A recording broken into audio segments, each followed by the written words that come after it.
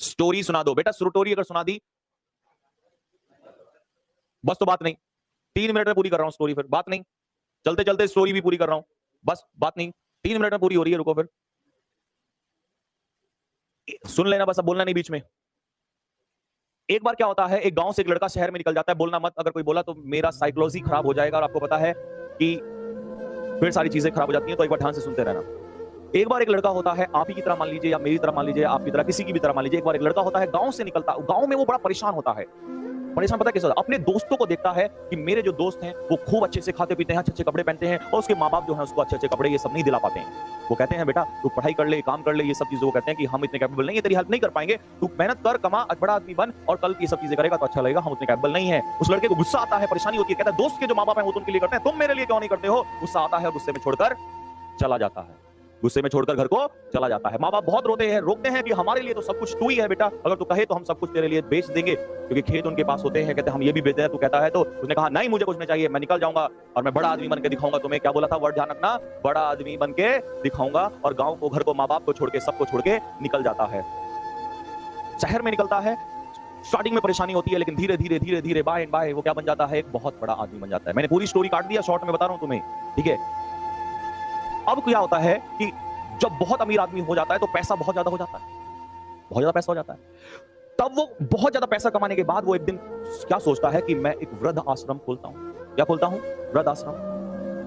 तो बहुत ज्यादा पैसा कमाने के बाद वो सोचता है कि वृद्ध आश्रम खोलता हूं, तो साहब उसने बड़ा ऐलान करा दिया उस शहर में कि मैं वृद्ध आश्रम खोल रहा हूं, दूर दूर तक ये बात पहुंचा दीजिए, पूरे देश में पहुंचा दीजिए सारी चीजों, सारी बातों को, मैं ये वृद्ध आश्रम खोल रहा हूं। ओल्ड एज होम सुना है आप लोगों ने? अब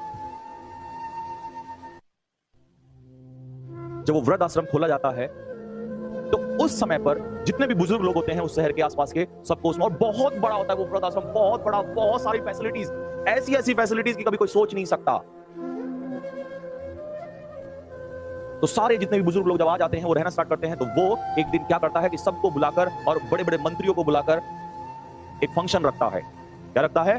फंक्शन। उस फंक्शन में सारे बुजुर्ग लोग बैठे हुए हैं, सारे बुजुर्ग लोग बैठे हुए हैं, सब आशीर्वाद दे रहे हैं। तो वो सबसे आशीर्वाद लेने के लिए एक एक को स्टेज पर बुलाता है। कुछ ही क्षण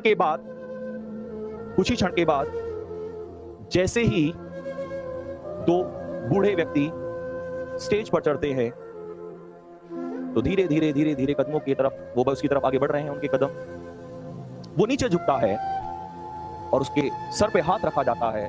अभी तक उसको कुछ नहीं पता, सर पे हाथ रखा जाता है। उस सर पे हाथ रखने से उसको कुछ बचपन की यादें ताजा हो जाती हैं, और ये कहता है नहीं, ये हाथ तो मेरी माँ और मेरे बाप रखता था। वो चीजें ऐसी होती हैं साथियों कि वो कभी भुलाई नहीं जा सकती। तो उसको तुरंत एकदम से जैसे ही वो देखता है कि ये हाथ तो मेरी माँ और बाप रखते हैं, वो उन्हें पहचान नहीं पाता है, क्योंकि वो बचपन में छोड़ के गया था और अब इस समय वो बुजुर्ग हो चुके हैं। और जब वो उसको छोड़ के गए थे तो अपने बेटे के प्यार में वो सब कुछ, आप समझ सकते हैं कि कैसी कंडीशन हो गई। तो इतनी बुरी हालत हो गई कि बेटा पहचान ही नहीं पाया। लेकिन माँ है या बाप है, कभी अपने बेटे को कितना भी अमीर कैसा भी हो जाए वो छोड़ नहीं सकते। उसके प्यार से उसके सर पे हाथ रखा। उन्होंने गालियां नहीं दी उसको, उन्होंने आशीर्वाद दिया। क्या दिया? और उन्होंने कहा कि हमें खुशी है कि तेरे आज वृद्ध आश्रम में हम लोग आए।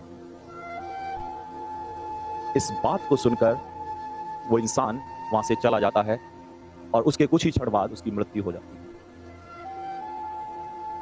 साथियों ऐसा क्यों हुआ? उस इंसान की मृत्यु क्यों हुई? ऐसा क्यों हुआ? माँ बाप ने तो उसको गलत नहीं कहा था। माँ बाप तो ऐसे होते हैं, उस समय भी उसको क्या दे रहे थे?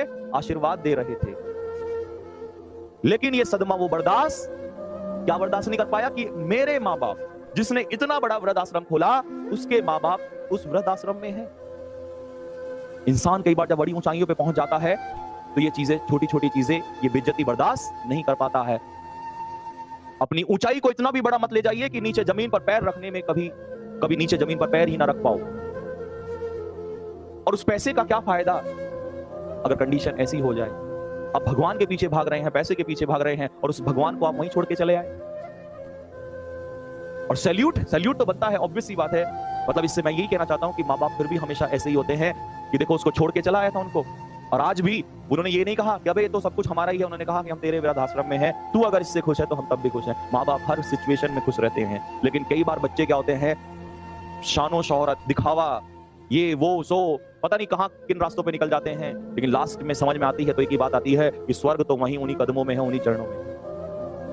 किसी माँ बाप को कोई आपकी चीजें नहीं चाहिए, ये मैंने पहले भी बोला था। उनको चाहिए तो सिर्फ और सिर्फ आपका प्यार चाहिए। तो लाखों करोड़ों रुपए कमाने से कोई फायदा नहीं है, वैसे पैसे का कोई फायदा नहीं है जिसके वृद्ध आश्रम में उसके माँ बाप आकर रहने लग जाएंगे, उसका कोई फायदा नहीं।